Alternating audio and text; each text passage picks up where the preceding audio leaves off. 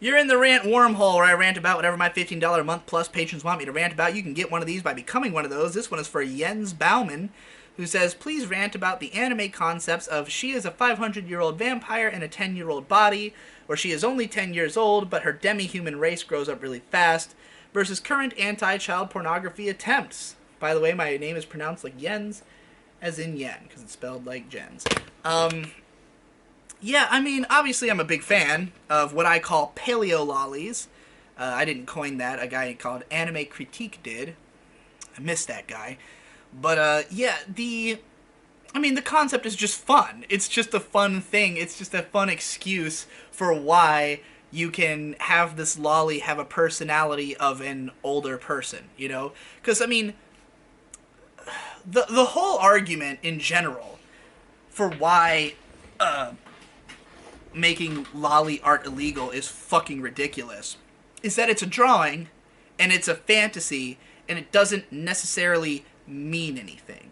It's for you to draw your own conclusions about. When you see an illustration, you are the one who, brings a lot of the conversation in and of yourself to what you think you are seeing.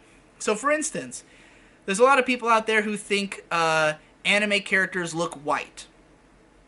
I don't think so at all. I think anime characters look Japanese. We could have a debate about it. There's a lot of reasons for either of us to feel those ways, but neither of us is right. We just both think this thing about what we're seeing, right?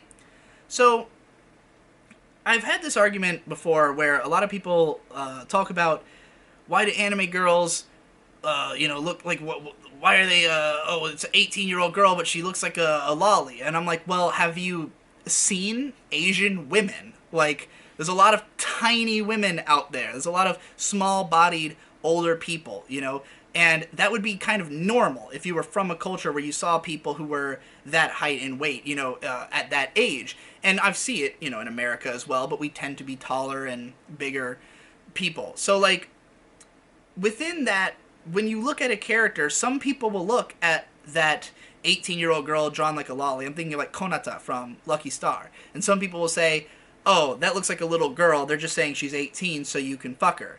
And I say, well, that could be the case. But also, I've seen real-life girls Konata's age who look like Konata.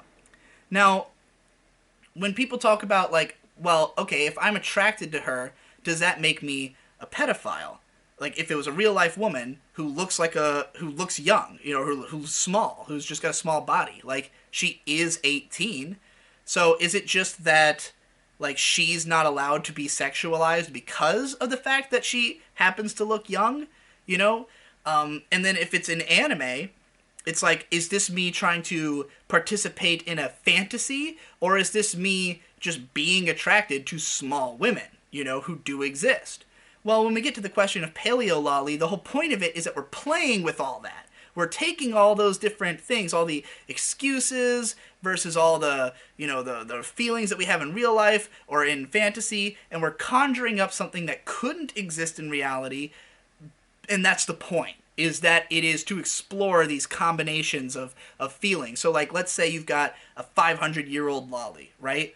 And, she has the personality of a 500-year-old person. Like, she's in the body of a little girl, but she acts like an adult. Well, you kind of get to have your cake and eat it too if you are somebody who is attracted to lollies, but doesn't like the personality of a child, in a romantic partner. You want them to be somebody who acts like an adult, who you can relate to, because it's not that you're necessarily attracted to little girls so much as just that body type, But then there's other people who would prefer that it just, like, a lolly act like a little girl because they're attracted to that, at least in a, fantastical sense.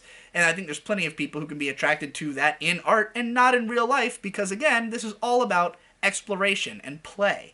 Art is about exploring all the different things that your mind can conjure, all the different feelings that you can have, trying to give them some kind of concrete logic or form and explore them so that you understand yourself and the world around you better. That's the way I look at art. And I think that putting any limitation on that is a huge fucking mistake on a psychological level for the world. You know, limiting what we can express is basically telling people, lie to yourself. Don't explore your inner feelings. Don't think about the world too hard. Just do what you're told. Just participate in the system. Just think about things that matter, you know, which is we decide. We decide what matters. We who are making the rules. So just think about what we tell you to, basically. And when I think of what, like, you know, these types of paleololis and stuff like that represent, it is a big middle finger to that. It's like to say, hey bitch, you said I can't think that, you know, little anime girls are cute. Well, guess what? This one's fucking 1,000 years old. What do you got to say to that, huh? You gonna ban that character because she looks young? Well, here's a real life person who has the same body type and is 24. So, are you telling me that person's not sexually available even though they're of age? Like, it's just always questioning, always prodding, always saying like, haha, fuck you, I can come up with a way around I can come up with a way around your stupid rules, you dumb asshole, you know? And again, this is all just play within the space of art. I find a lot of value in it, personally.